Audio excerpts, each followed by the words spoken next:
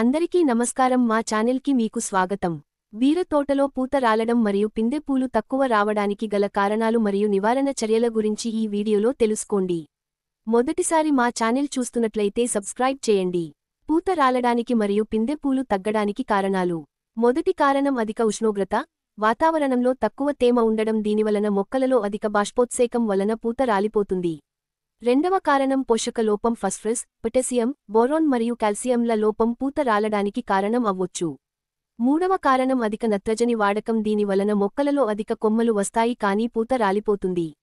నాలుగవ కారణం పరపరగా సంపర్కం తక్కువగా జరగడం, దీనికి కారణం వాతావరణంలోని అధిక తేమ వలన తేనె టీగలు తక్కువగా రావడం వల్ల పూత రాలుతుంది.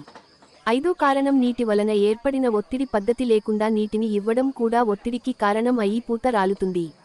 ఆరో కారణం పురుగు మరియు తెగుళ్ల వలన కూడా పూత రాలుతుంది. ఏడో కారణం హార్మోనల్ సరిగా అందకపోవడం.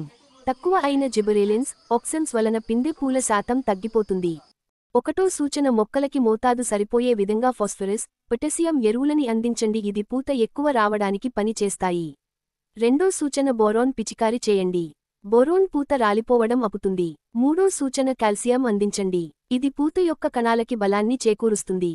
నాలుగో సూచన సూక్ష్మ పోషకాల లోప నివారణకు ఖనిజభస్మము 500 గ్రాములు 150 లీటర్ల నీటిలో కలిపి పిచికారి చేయండి. ఐదో సూచన నఫ్థాలెన్ అసిటిక్ యాసిడ్ 10 ppm ఉపయోగించండి, ఇది పిందె రాలడాన్ని అరికడుతుంది. ఆరో సూచన జిబరెలిక్ యాసిడ్ 15 ppm వాడండి, ఇది అధిక పిందెపూత అనగా ఆడ పూల శాతం పెంచుతుంది.